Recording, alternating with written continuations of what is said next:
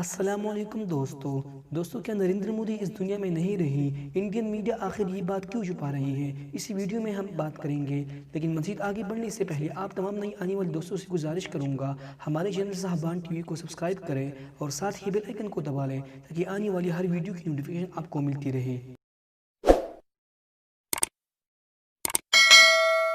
دوستو اس وقت پوری دنیا میں یہ سوال اٹھایا جا رہا ہے کہ چائنا نے انڈیا کے کافی سارے علاقوں پہ قبضہ کر لیا ہے، جس کی وجہ سے مودی حکومت کافی پریشان ہے، اور مودی حکومت پر ایک طرف سے پاکستان کا دباؤ ہے اور دوسری طرف سے چائنا کا دباؤ ہے، جبکہ یہ بھی کہا جا رہا ہے کہ نیپال نے بھی انڈیا کے کافی سارے علاقوں پہ قبضہ کر لیا ہے۔